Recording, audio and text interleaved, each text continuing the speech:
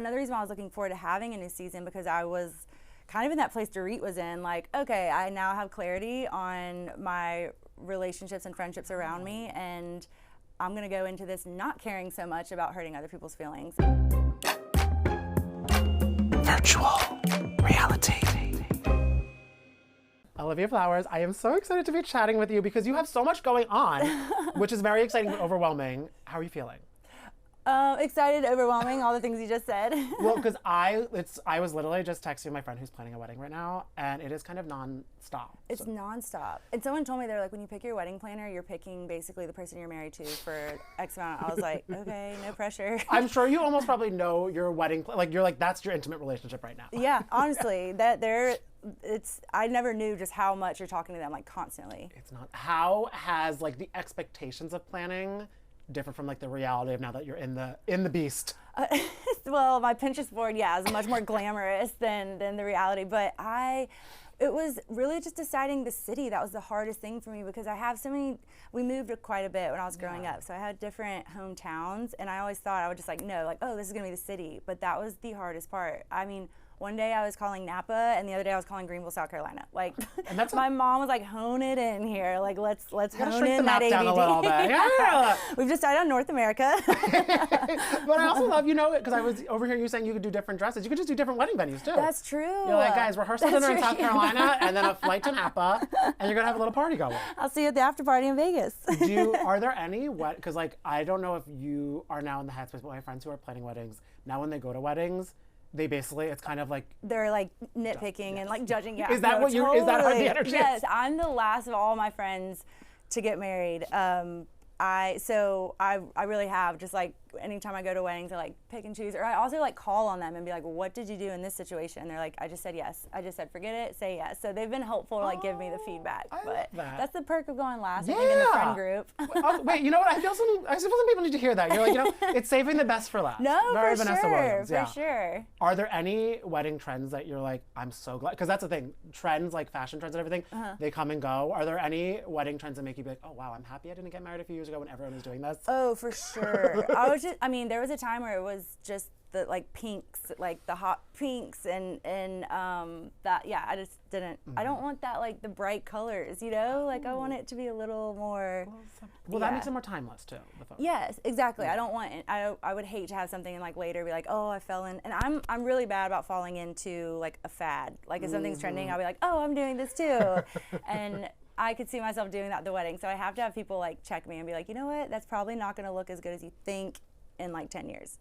That's something I have to be careful of. Because you're here for Fashion Week and you say you fall for fads a lot. What's a fashion fad that you're like, why'd I do that to myself? How long is the list? How long is the list? I mean, I am really starting to step into like the fashion world now. Like it is not natural for me. I think I grew up very like tomboy, and I went to a high school with uniforms. So like it's taken me a bit to really start to step into figuring out what it is I like and don't like. So with that being said, there is a lot from past things that I've done where I'm like, was my eyes closed when I got dressed that day? Has there been any like style icons you've recently adapted to like looking up to now that you're more in the fashion world? I love Kate Hudson. Honestly, like Cameron Diaz has always been like my favorite, but she kind of keeps out of the spotlight, so it's hard. But I just love the like effortless, oversized, I don't know, all those early things. 2000s icons. Yes. That's what we grew up with. That's what we love. That's what we grew up with, yes. Oh, and they're like the rom-com queens. So they it really are. is like ties in well with wedding vibes. Yes. On top of wedding planning, you also have a YouTube show. Yes. And I'm obsessed that you interviewed Sheena on it. What'd you say? I'm obsessed that you interviewed Sheena. Oh, yeah? Because she's the best. She's so just fun. easy. Like she's like you, like great at interviewing, and so I knew she would carry it if I was like falling short. But what kind of, because of course you took time away from Southern Charm. What inspired you to kind of get back into like the cameras on your own terms? I've always had a passion for like just the film industry in itself, and I always wanted to direct or like produce something. And so, while I was on Charm, I realized just how much we're filming and how little was making the final cut. Like, we could make a show off the, like, bloopers and the B-roll in itself. And so that was kind of, like, where the initial idea came from. It was like, there's so much people aren't getting to see, not to mention we'd only film 3 months out of the year. Yeah. And people kind of want to, like, see more of what people are doing. when they're not filming. So that was like where the initial idea came from. Like, let's kind of like peel the curtain back a little further for people to see people like Sheena, Allie, Catherine, and see what their life is like off camera, and then also talking about their journey of how they got there, and just kind of like having more human connections that a lot of people can relate to, whether that's a breakup or, you know, a divorce or whatever it is they're dealing with, and just kind of really leaning in and showing that other side to them, because we don't get to see a lot, and we're not in charge of the edit, so. That's the main thing. And you're like, so it's the thing, you're like, you're only in, of course, because that was an ensemble cast, like, you're in it only for so much of the amount, and you're like, I can't control what part of me makes it in. So you can like that you can have the more of the full time. 100%. Yeah. And that's what I tell them when I come in. I'm like, look, this is collaborative. Like, whatever, you know, whatever you say goes. I send it to them before it drops, and I get any of their feedback. Yeah, because I don't want to be like the usual show of just like grabbing parts and whatnot. I'm sure also Sheena appreciated talking to someone who is finding out what they wanted to do after Bravo, because that's kind of her new journey a little bit. Yeah, because so when I interviewed with her and Allie, actually it was like the same weekend, they were kind of in limbo, like they didn't know yet, and so it was like shortly after they found out. But Sheena was actually one of the inspirations, because I think it was when she like bought a house in San Diego, and she was saying that the show was like slowly kind of cutting her out, because they were like, you're not here as much, blah, blah, blah, and she was like, well, forget this, I'm going to do my own thing. And that's when she started her vlog, and I just love that she did that, and that was one of the like situations that kind of inspired it. And she's always been like so helpful when I ask her about it, and her advice was like, just do it, like don't overthink it, just do it yourself and it'll grow. So was the YouTube show something you were thinking about even doing while you were still on the show? So it was kind of a long time coming type of thing? It was, yeah.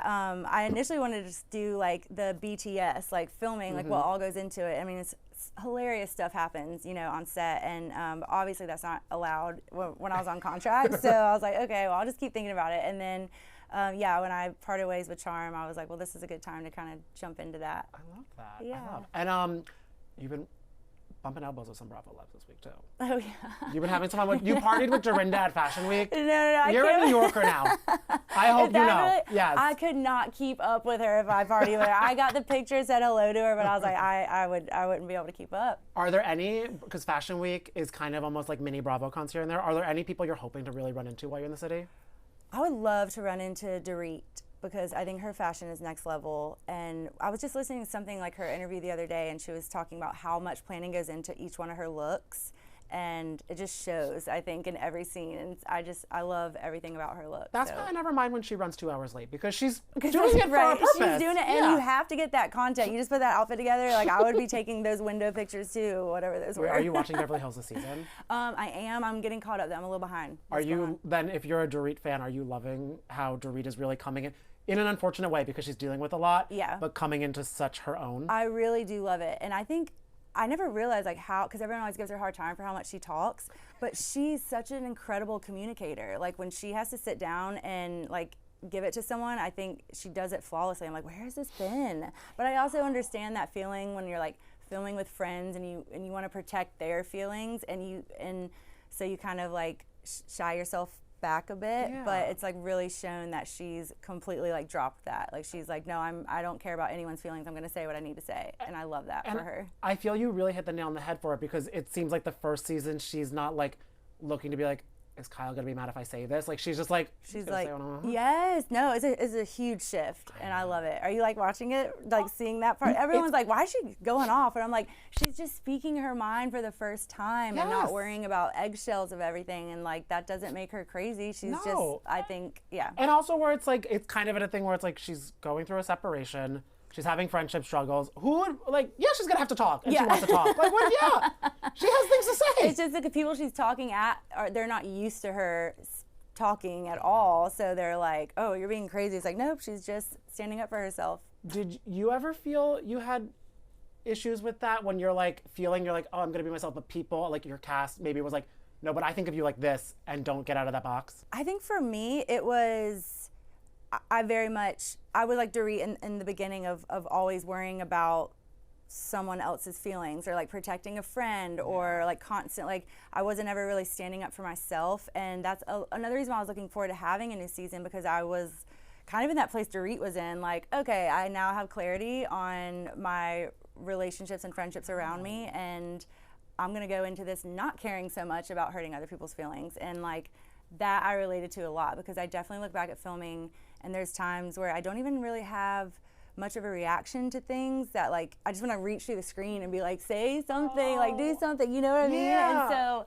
I definitely relate in that way of just like caring too much about everyone's feelings. Is there a moment in particular of recent where you're like, Olivia, what were you doing? You know what I mean? That you want to like scream like at little on you? The show? Oh, there's a few. I mean, like there's nothing huge I would change, but there was just moments, especially in Jamaica, and you know, I was really in a fog. Like my you know, it was only a couple weeks after like what my family and I were going through, and I just remember really wanting to save face to get through filming and not have any kind of like emotional freak out or anything like that. And so and so I just Jamaica, that trip, there was like a lot of moments where I watched back and I was like, am I awake? Like, did I have a reaction to this? But I can't lie. That was hard to watch back because I wish I had a little bit stood up for myself. Are you watching this current season? I catch bits here and there, but I'm not tuning in weekly. Are you shocked at any of the friendships that have been forming? Well, I'm shocked a bit with the Vanita and JT. Yeah, that's confusing me. I think that's confusing a lot of people, maybe. Vanita is a good friend, though. I love her to death, but I didn't know that the friendship crossed. I knew they were good friends. I knew they were getting closer. I didn't know they crossed into romantic territory. So that was a surprise. What are you making of JT's antics? I don't even know how to describe what he's doing right now. Well, I heard he's possibly, he was at the reunion. Oh, yeah, I think they put him on the sheet, or the Bravo image, so I think, I think he had that grand exit, but I thought, and he was claiming that, he might not make reunion. I was like, no, you don't have that choice. You're like, there's a contract, my love, you signed something. I know, you're gonna be at reunion. And I feel like Madison in particular was extra excited to yell at him at the reunion, so I think that. She's extra excited to yell at anyone sometimes, though, let's be honest. Besides, not that much Austin this season. Are you feeling, because they've kind of been like buddying a little bit. Oh, Austin and Madison? Yeah. That tracks. Does it track for you? Because I was shocked. I was like, what's happening here? I think, well, kind of in my last season, they were starting to, they only had like, they didn't have as big of, their arguments. It kind of seemed like they were going in that direction of like finally being on good terms. But I love that tracks. That tracks. But when you're planning your wedding, you're doing all this, is there anything else in 2025 that makes you very excited about it? I mean, you have a lot going on. So I'm assuming a nap might be what you're most excited about. Yeah, right. But if there's anything like, or do you have a wedding wish list? Like something that you're like, this is a must-have I need at my wedding? I definitely do. I mean, just the obvious of what I want there, like I definitely want a band, not a DJ, Correct. like that was a test. Correct. Yes.